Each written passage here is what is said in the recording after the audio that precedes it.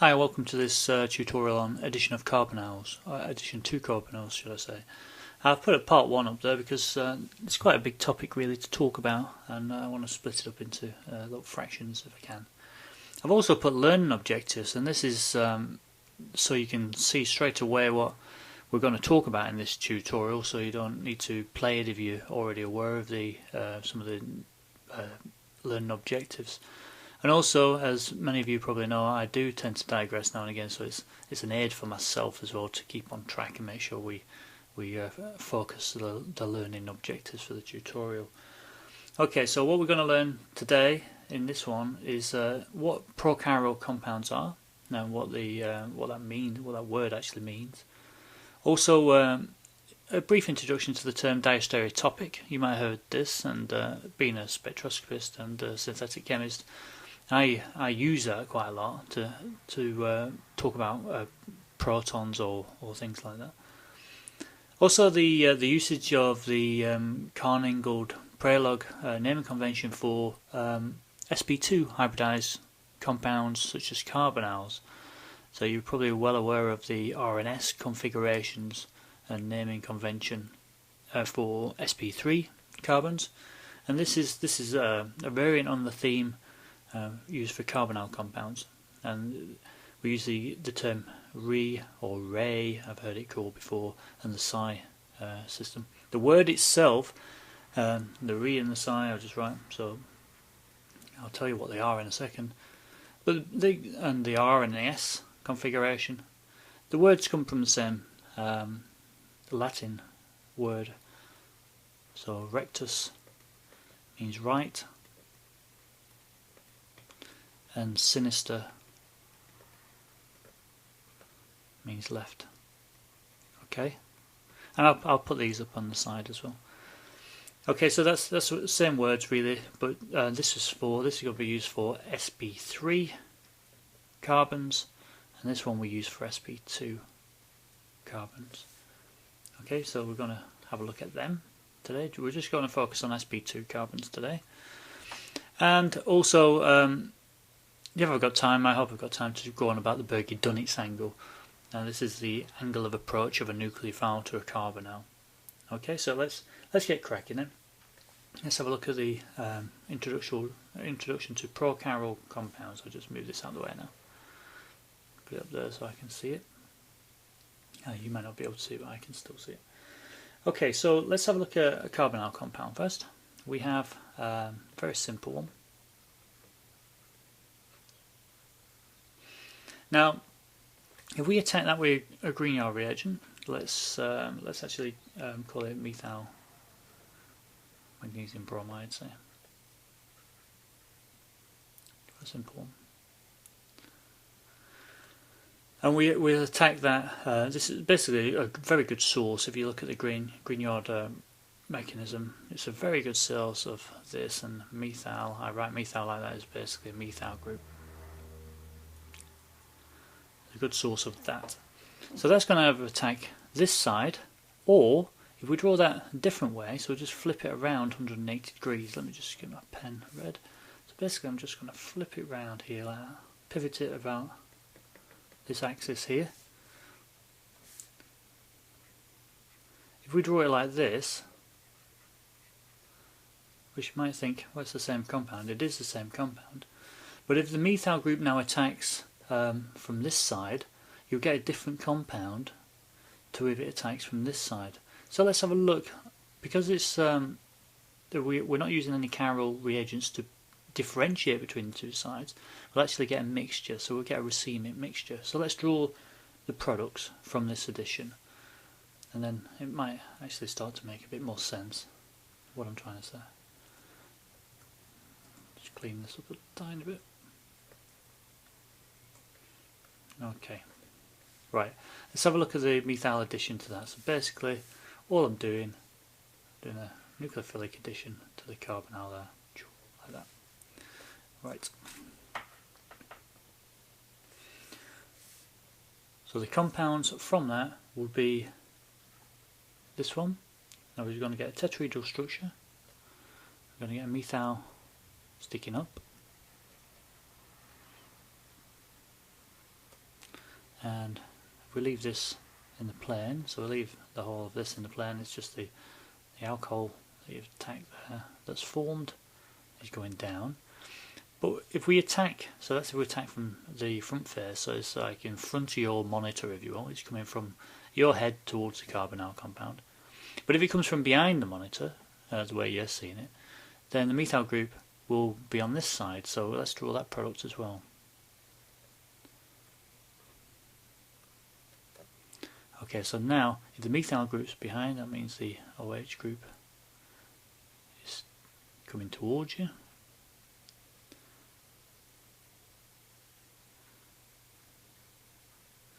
Okay, draw that a little bit better.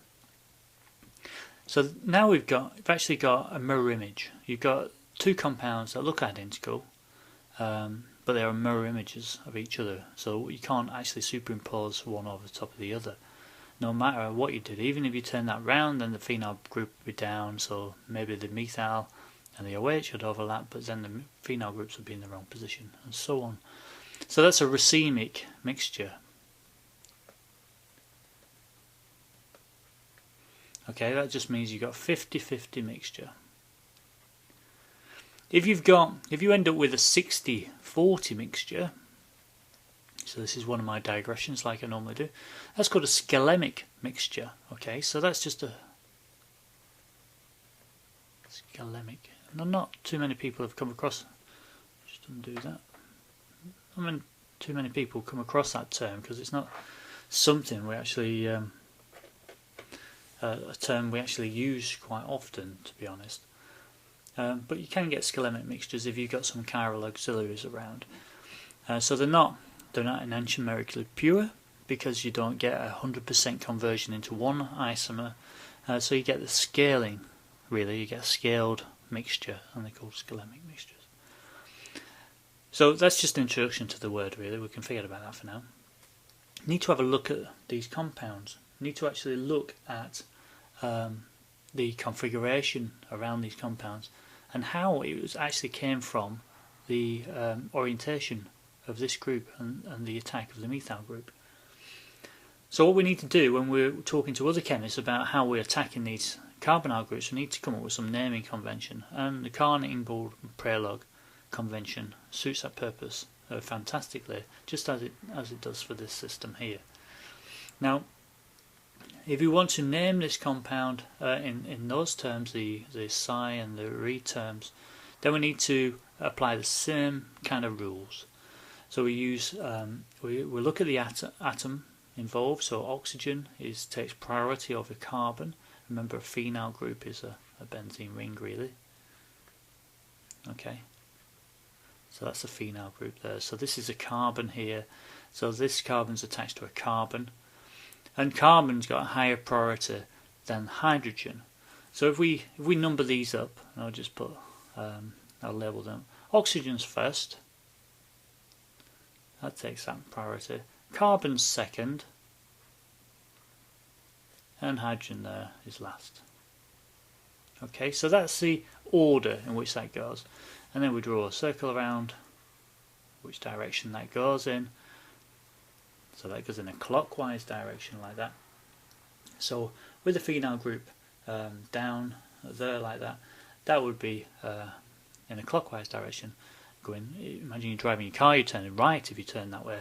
So that's assigned re. Now if we do it for this compound here, same compound, sorry.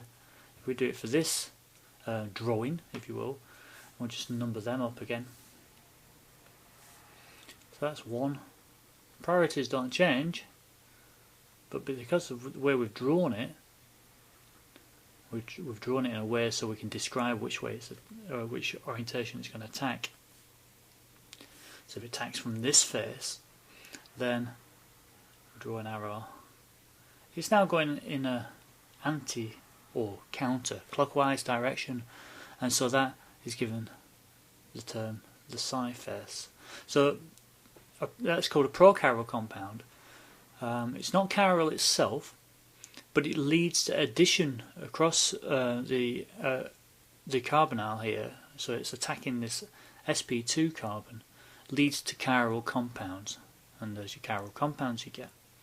So it's very important that we have some naming system to describe how we attack something that is potentially chiral, and that's called a prochiral center. It's potentially chiral, and it's because it's saturated. If you attack that with a hydrogen, so a hydride source, then the product would be achiral, so it wouldn't have any chirality in it at all. So it is important that you attack it with some different species to make that center chiral, but the compound is still prochiral, even though you might attack it with a phenyl group or a hydrogen source. So that's the psi and the naming conventions. Prochiral just means it's got potential to be chiral if the degree of saturation of this carbon center changes. Okay, so now we'll talk. I mentioned the word diastereotopic. So I'll just move this out of the way a second. So we'll just have a look at a compound that's already got some chirality in it. So let's just delete these.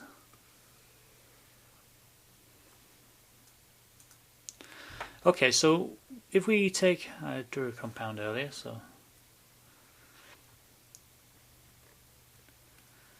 we take this compound. We've already got a chiral center here, but we now got a prochiral center. So this has got potential to be a chiral center. Now, if we attack this compound with Grignard reagent, for example, we use phenyl magnesium bromide, something like that. So use phenyl magnesium bromide. Okay, then we've got potentially two different possibilities there of attack. We can either attack from the reface or the psi face, and I'm not going to draw the psi or the reface. If you do that as the practice, if you will. So all you need to do is label these up. That's going to be 1, and then you decide which one you think is going to be 2. Okay, this methyl just is a CH3, so the methyl is a CH3, and this is a phenyl group. So as practice, just label this up as the psi and the refaces for this, and draw it in 2 different ways. One with the methyl group going that way, and then flip it over and put the methyl group going that way. So what I am going to do, I'm just going to drag these products up. So we have, in fact, I'll just draw it under, do it underneath here. That's easier to see. So that's one product, and this is another product.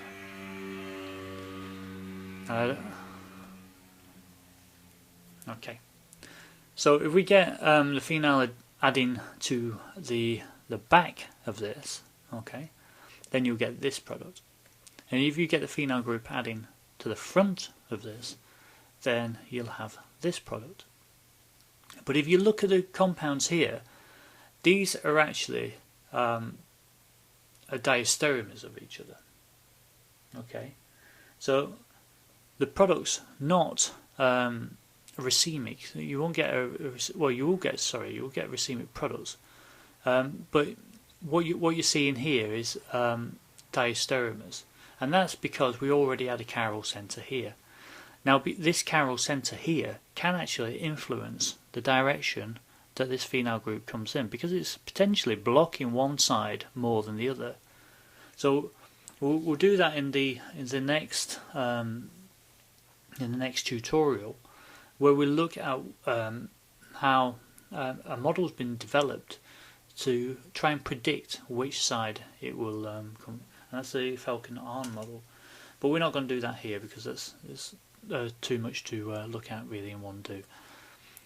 What we're going to have a look at, just briefly, is look at the angle of approach, and very quickly. We've got to look at the carbonyl center. So these are diastereomers. So that's the diastereomers. Okay, so diastereotopic basically in this sense means that they have this center here, just like we used the word prochiral before.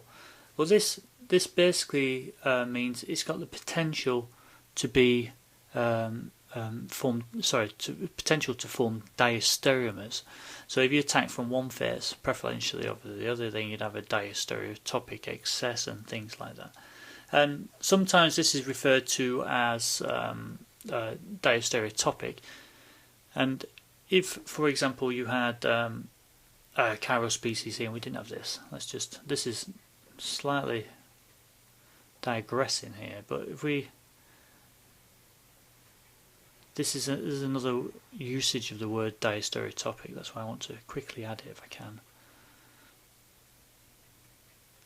If we had hydrogen coming out here, so we didn't have a chiral centre, and so that's CH3. So if we look at the protons here, then these are considered to be diastereotopic simply because they have potential to form diastereomers if they were replaced. So in an NMR you'd be able to see these differently because in this example they'd be split into two because they are diastereotopic. And if you look at the interaction they have with this hydrogen here, you can see if we froze this molecule and it didn't move, it didn't rotate around that bond, which it actually does, but imagine it didn't, then you can see this one's cis to this one's trans to it. And the fact that when it does rotate, the whole of this rotates with it. So basically, the interaction of that proton with this proton would be different always, no matter what orientation it's in. Because if it's over there, it's going to be cis, and this one's going to be trans. So they are potentially different protons in that sense. So diastereotopic, just like prochiral, means it's got the potential for something. So it's potential to be to form diastereomers. If we replace that, we've got diastereomers. So going on to the Burgi-Dunitz angle, because I think I spent too long on that one really. Let's just get rid of that. Very quickly, the Burgi-Dunitz angle, if I draw a carbonyl, let's just move these out of the way. So let's draw the carbonyl we've started with. I'll try and draw it in the plane. So the Burgi-Dunitz angle is basically the angle at which a nucleophile will attack this carbonyl. Now remember, the carbonyl's got p orbitals there. That forms a double bond, but it's not actually the bond that we're attacking. It's the antibonding orbital.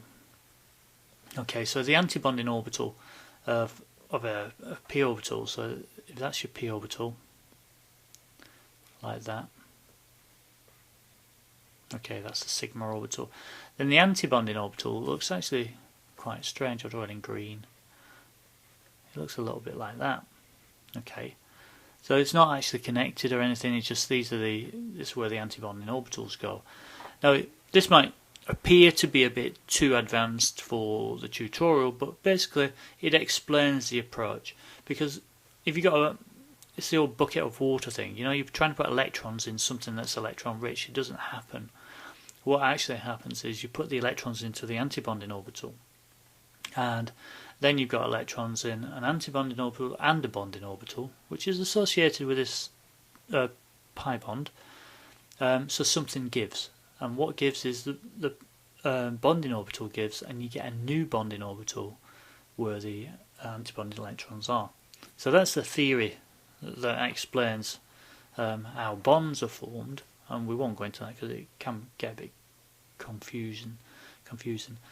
But basically it also explains the angle. So basically I have a nucleophile here. If I want to attack this carbonyl, there's a carbon and there's an oxygen. If I want to attack that, I don't attack from above where these electrons are, because the electrons would just repel each other. I very sneakily go in at an angle here, put my electrons in the antibonding orbital. I put them in an area which destabilizes this bond. So the nucleophile attacks at an angle, a very specific angle called the Burgi-Dunitz angle. Let me try and get my red pen. And that's 109.5 degrees. Okay, so it's 105 degrees to the carbonyl bond if you put all this in a plane. and that's been proven by things like X-ray crystallography and things like that, where you've got potential nucleophiles attacking carbonyls which have been frozen out. So imagine you've got nitrogen hovering above a carbonyl in a crystal structure, and you find that this bond length, the carbon-oxygen bond length, increases as the electrons are donating into there, and the whole shape starts to go from a flat sp2 carbon to a more tetrahedral sp3 carbon. So that angle there is called the Burgi-Dunitz angle, and I think they actually did a lot of work on crystallography. So that's it. We've introduced the word prochiral, we introduced the term diastereotopic, and we've had a look at the Re and Psi naming systems, and very briefly introduced the Burgi-Dunitz angle. The Burgi-Dunitz angle will be used throughout all the carbonyl types of tutorials, so you'll hear that term, and this is really what it means. I'll do another tutorial on in a bit more detail on this anti-bonding thing as well, just in case people are interested in that. So that's it for introduction to addition to carbonyls part 1. See you soon. Bye bye.